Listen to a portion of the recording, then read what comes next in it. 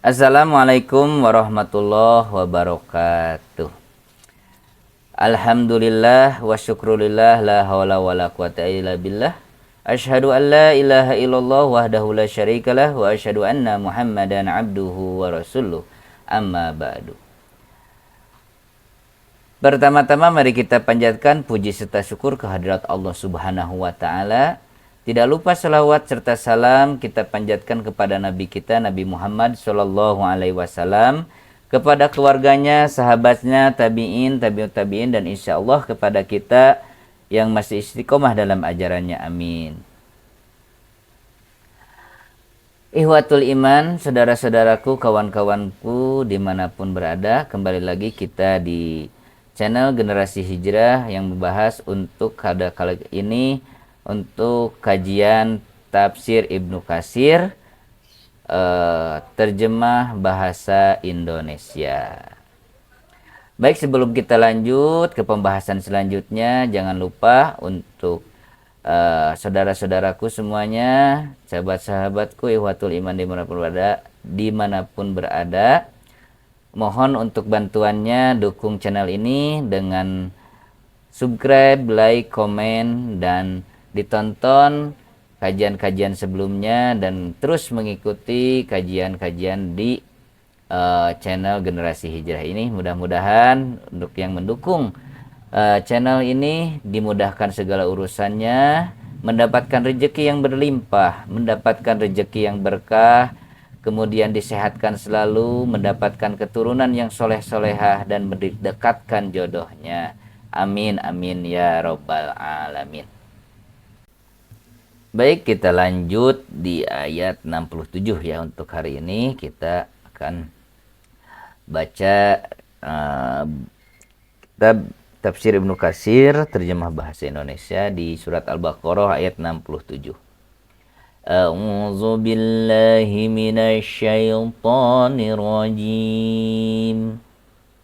وَإِذْ قَالَ مُوسَى لِقَوْمِهِ إِنَّ اللَّهَ يَأْمُرُكُمْ أَن تَذْبَحُوا بَقَرَةً قَالُوا أَتَتَّخِذُونَ هُزُوًا قَالَ أَعُوذُ بِاللَّهِ أَنْ أَكُونَ مِنَ الْجَاهِلِينَ. Dan ingatlah ketika Musa berkata kepada kaumnya, sesungguhnya Allah menyuruh kamu menyembelih seekor sapi betina. Mereka berkata, apakah kamu hendak menjadikan kami sebuah ejekan, buah ejekan? Musa menjawab, aku berlindung kepada Allah sekiranya menjadi seorang dari orang-orang yang zahil.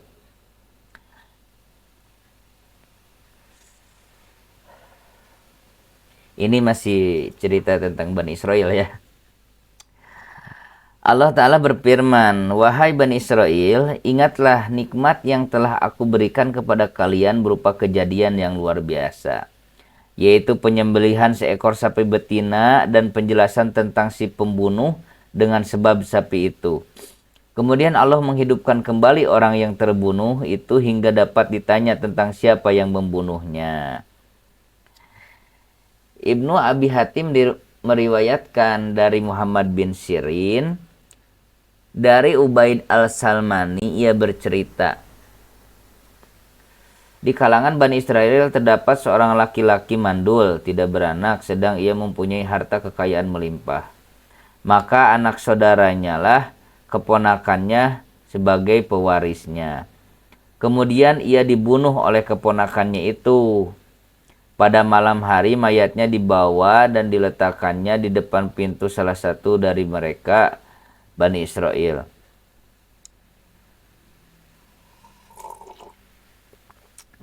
Ketika pagi hari tiba, ia menuduh pemilik rumah dan warga sekitar sebagai pembunuhnya.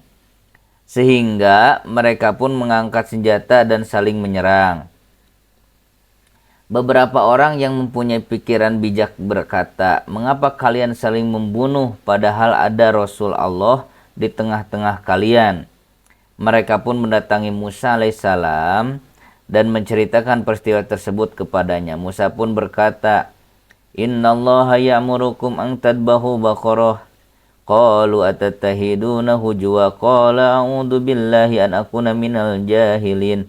Sesungguhnya Allah menyuruh kalian menyembelih seekor sapi betina. Mereka berkata, apakah kamu hendak menjadikan kami sebagai bahan ejekan? Musa menjawab, aku berlindung kepada Allah agar tidak menjadi salah seorang dari orang-orang yang bodoh. Ubaid As-Salmani melanjutkan, seandainya mereka tidak menentang, pasti akan cukup bagi mereka sapi apa saja, meskipun yang paling buruk, namun mereka mempersulit diri, maka Allah pun mempersulit mereka hingga mereka sampai pada sapi yang mereka diperintahkan menyembelihnya. Akhirnya mereka menemukan sapi itu pada seseorang yang tidak mempunyai sapi lain kecuali sapi betina itu. Si pemilik sapi itu berkata, demi Allah, aku tidak akan melepaskan sapi itu jika harganya kurang dari emas sepenuh kulitnya. Maka mereka pun menyembelihnya dengan harga senilai emas sepenuh kulit sapi tersebut. Kemudian mereka menyembelihnya dan memukul mayatnya orang tadi dengan bagian tubuh sapi itu. Maka bangunlah orang yang sudah mati itu. Setelah itu mereka bertanya, siapakah yang membunuhmu? Ia menjawab, orang ini, sambil menunjuk kepada anak saudaranya tersebut. Kemudian ia pun terkulai dan mati kembali. Maka keponakannya itu tidak diberi warisan sedikit pun dari kekayaannya. Sejak itulah seorang pembunuh tidak berhak mendapat warisan dari orang yang dibunuhnya. Ya, itu untuk tafsir Ibnu Katsir, terjemah bahasa Indonesia untuk sesi kali ini. Baik, sebelum kita tutup, kita akan biasakan untuk mendoakan saudara-saudara kita di Palestina ya, yang seiman, yang mendapatkan musibah, mendapatkan kezaliman. Baik, bismillahirrahmanirrahim. Allahumma anzil mustad'afina minal mu'minina fi Palestin. Allahumma ansur mujtahidina fi Palestin wa fi kulli makan. Allahumma ansur musliminal mustad'afina fi kulli makan.